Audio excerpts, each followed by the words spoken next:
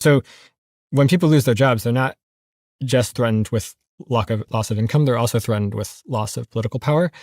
And so we think that it's important to like do things to push against that. What does that look like? How do people have power in such a world?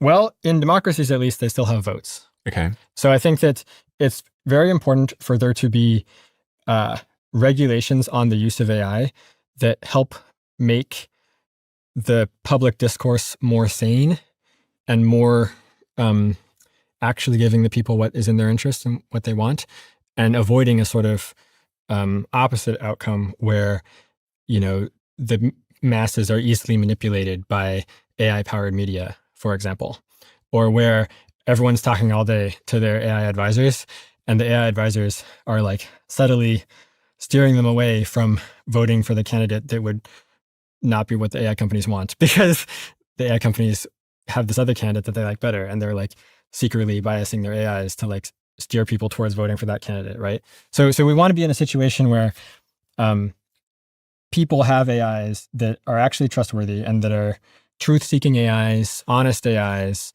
and that don't have any sort of like political agendas put into them by the AI companies or by the government. You want to avoid a situation where the AI company, where the government has issued some sort of secret order that like the AIs have to be such and such a way.